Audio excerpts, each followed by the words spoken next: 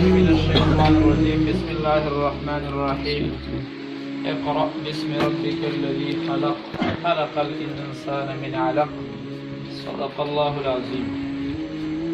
رب العالمین لفضل لإحسان و لکرمو چې زمونږ او ستاسو په دې دومره مصروفیت دور کې مدرسې او د ادارې او د قرآن د مرکز او د قرآن د ځای ته راوستي یو.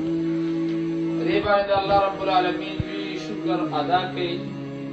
ځکه ډېر ماشومان به ګرځي، چا څه به لیندي او چا څه به څه چا څه به څه. دا د الله فضل دی، حقیقت دی. ګورئ که د دې ناشکري چا هم وکړله هغه به بیا داسې سروالی بروالی ګرځي، تر د مرګه پورې به بیا داسې کړېدلی ګرځي.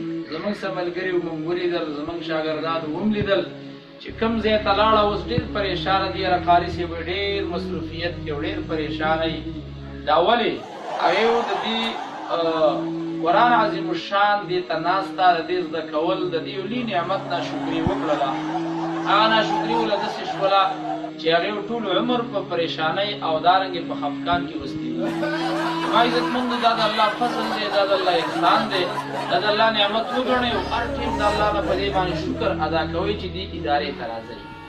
څنګه چې دا قاري صاحب محترم هغه دی محنت یې وکړو، کوشش یې وکړو. الله رب العالمین نو د خپل قرآن هغه دارنګې علم او د خپل قرآن فهم او د خپل قرآن هغه الفاظ د ذهن ته کوز کړه.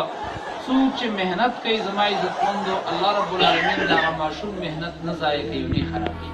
دا حقیقت دی. او زما عزتمندو خلک په محنت سره لوی لوی مقامونو او مرتبو ته رسېږي. زمونږ او ستاسو مقصد دلته د راتللو څه دی؟ دلته چې موږ او تاسو مدرسې له راځو، کور پرېږدو، ملاس ته پرېږدو، هر یو شی پرېږدو، صرف د دې دپاره راځو چې د الله عظیم الشان قرآن زمونږ او ستاسو ذهن ته کوشي. د هغې دپاره به زما بچو محنت پکاري، کوشش پکاري. دې مدرسې او د ادارې د استادانو ادب او احترام، دارنګې دې مدرسې د ریلونو احترام، د قرآن احترام، د دې سره زما عزتمندو دارنګې د وقت پابندي دا ټول پکار دی. چونکې زما سینه خرابه ده، مولوي صاحب راغلی دی، هغه به خبره وکړي، خو موږ او تاسو د دې نعمت شکر ادا کړو. انشاءالله دې ماشوم قرآن ختم کړو. د ده دپاره دلته هم خوشحالي ده، نن دا هم خوشحاله دی، مور او پلار یې ماشاءالله خوشحاله دي، ټول کور او خاندان یې خوشحاله دی. قبر کې به هم خوشحاله وي، ځکه حافظ قرآن قبر کې دارنګې د هر قسمه تکلیفونو او پریشانو او عذابونو نه بچي. او دارنګې حشر کې او په آخرت کې به هم قاري په خپله باندې خوشحاله وي او د جنت په درجو باندې به ورخیږي. او حدیث کې راځي چې مور او پلار یا د خاندان نه 10 کسان داسې چې په هغې باندې د جهنم اور واجب شوی، هغه 10 کسان به د قاري صاحب د شفارس د وجې نه هغه د جهنم نه ایستلی شي او جنت ته به تللی شي. خو په شرط د دې باندې چې دا حلال حلال وګڼي او حرام حرام وګڼي. موږ به د ده دپاره هم دعا کوو، تاسو ټولو دپاره چې الله رب العالمین پې ظلم عمل ورکړي، موږ هم پې الله عمل راکړي.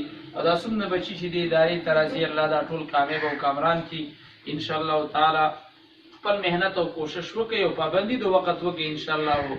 او دا مو ویستئ چې ګینې یاره موږ غټ شولو او سبق نه ویل کېږي او ذهن کمزوری دی. نه، تیمور بادشاه یو بادشاه یو ځلې په یو ملک باندې حمله وکړله، هغه ایسته شکست یې وخوړ، پریشانه شه.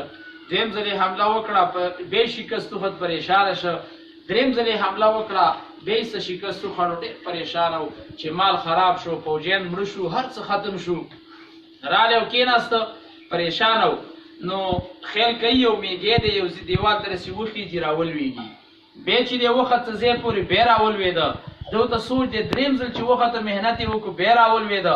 څلورم ځل یې شروع وکړه او ښه ویې ولګولې، لاړه یې وخته، اثر ته ورسېد. ده ویل چې ګوره محنت چې څوک کوي الله به مقام ته رسوي. زه دې ځل څلورم ځل پاڅم، زه به دې درې ځل شکست باندې دا نه کوم چې بس ورکې که نه ورځمه. څلورم ځل ورپاڅېد، الله فتحه ورکړه. زما عزتمندو دقه شان یو سړی دی مثلا ذهن یې کمزوری دی، هغه له پکار ده چې محنت کوي، کوشش کوي انشاءالله تعالی. یو ځل به قرآن ووایي، دویم ځل به وایي انشاءالله، په درېیم ځل به الله ورته ښه مکمل یاد کړي. او بیا د دې سره سره د علم نیت وکړئ زما عزتمندو مخې ته چې موږ به علم زده کوو او دارنګې د الله د قرآن علم ترجمه او دارنګې حفظ وشو. او د دې سره سره زما عزتمندو احادیث د رسول الله صلی الله علیه وسلم دی. او بیا دا نیت د اوس نه وکړئ زما عزتمندو چې دا به امت ته رسوو. ان شاء الله که په دې نیت باندې د اوس نه د علم نیت وکړو او دارنګې د دې سره سره چې کوم دی هغه موږ د امت ته د رسولو نیت وکړو ان شاء الله الله به زموږ مخې ته اسانه راولي الله به زموږ ټول رکاوټونه ختم کړي واخر دعوانا